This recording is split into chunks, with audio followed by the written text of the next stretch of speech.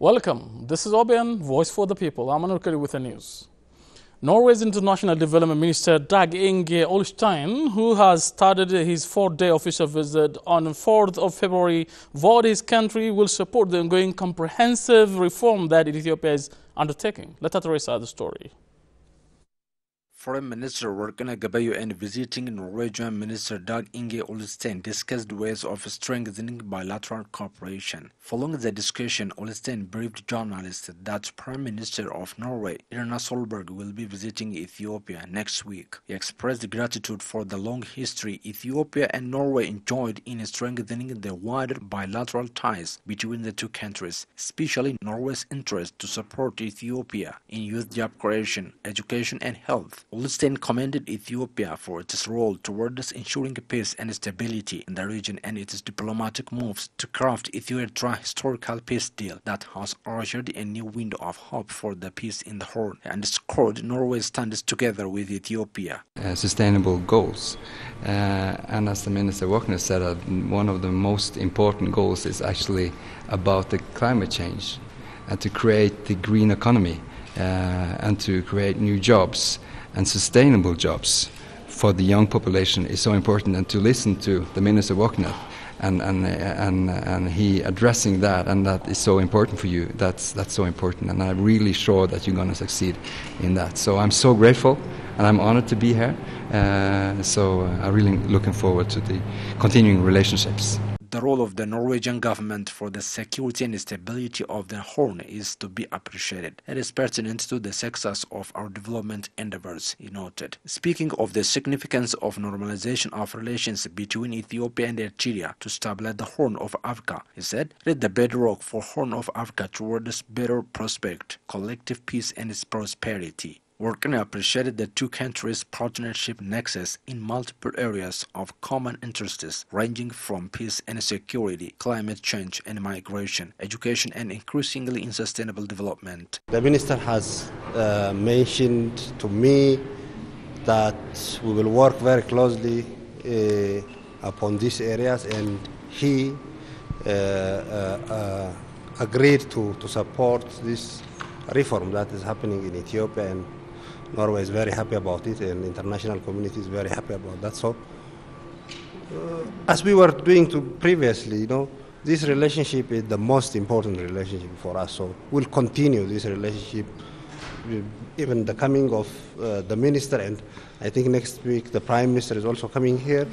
So, this all will bring this relationship to another very important level. So, he told the visiting minister, welcome to Ethiopia at a time of tremendous reform program we are undertaking in all spheres of national development. In fact, for the first time in the political history of Ethiopia, we've created a viable platform of consensus with all diaspora, formed armed groups, and many opposition parties. Despite the challenges, there is a total shift in the political dynamism of Ethiopia, Workana elaborated. Furthermore, he emphasized the path may not be smooth, but we are on the right track, achieving continental model of peace and development. Ethiopia and Norway started diplomatic relations in 1947.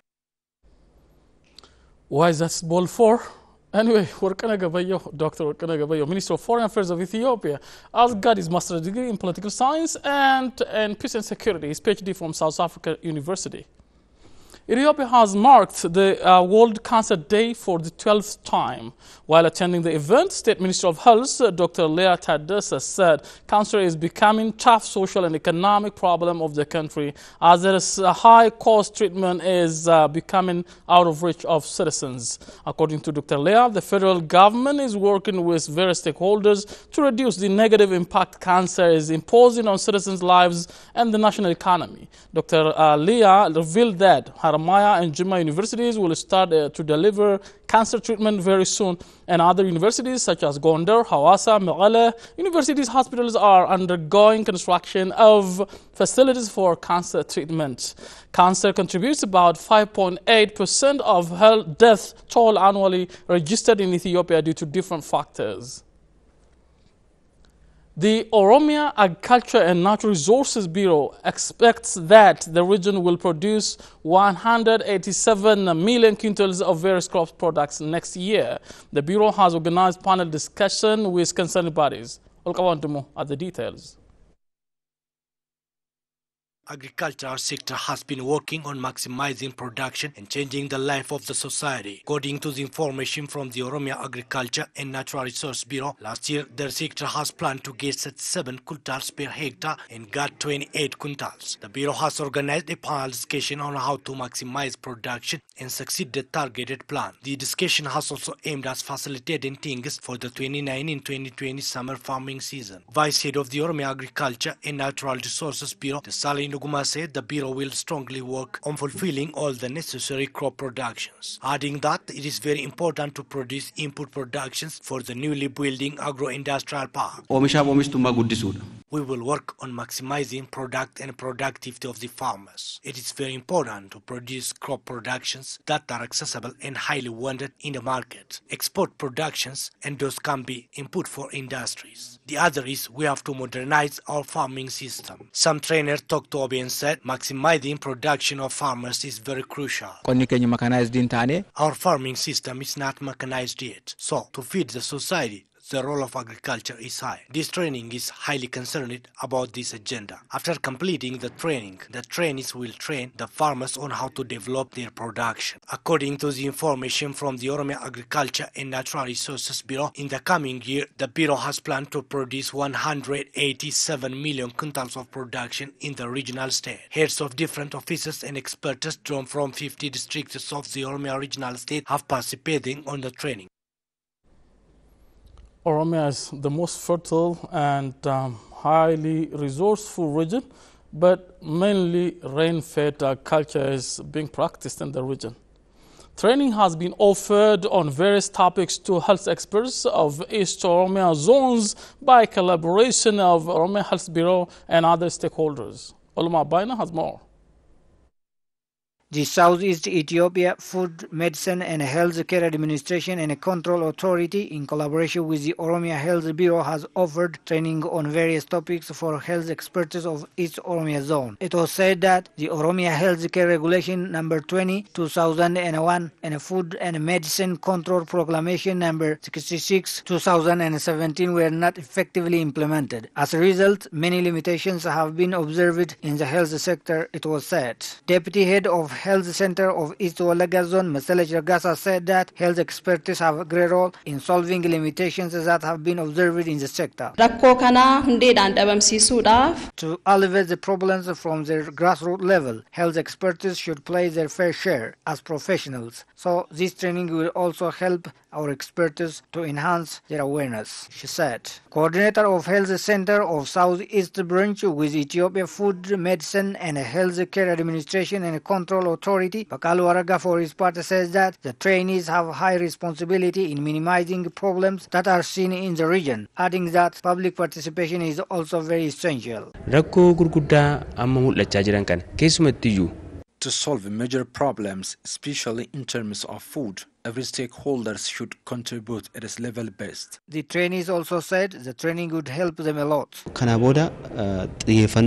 Hereafter, focus should be given for this sector. What is expected from our community is that they should inform us whenever they doubt about health care. In doing so, we can improve many problems, she said.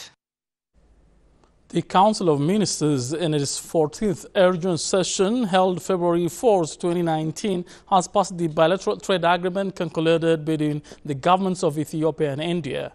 Taking into consideration the significant contribution of the agreement, the Council referred it to the House of People's Representatives for final approval. The Council also reviewed in detail the bill drafted by the Ministry of Finance for the establishment of an audit authority to achieve the policy set by the government to restructure and put in place a competitive telecommunication market. After making amendments, the Council sent the draft bill to the House for endorsement, according to the Office of the Prime Minister.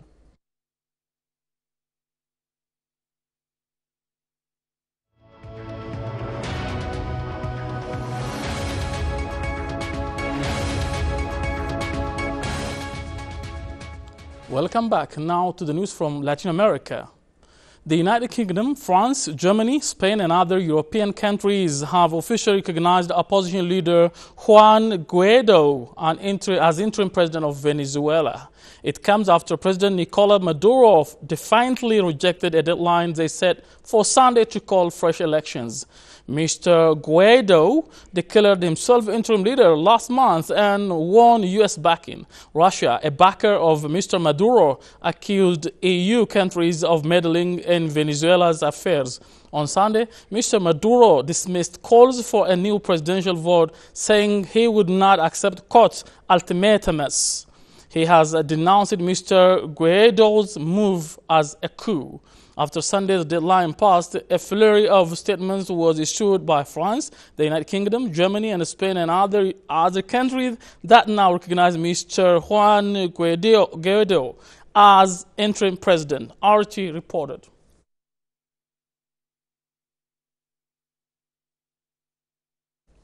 Nicolas Maduro became president of Venezuela after the death of Hugo Chavez, the hero who was working against the West, the communists. Thanks for watching. Have a good time.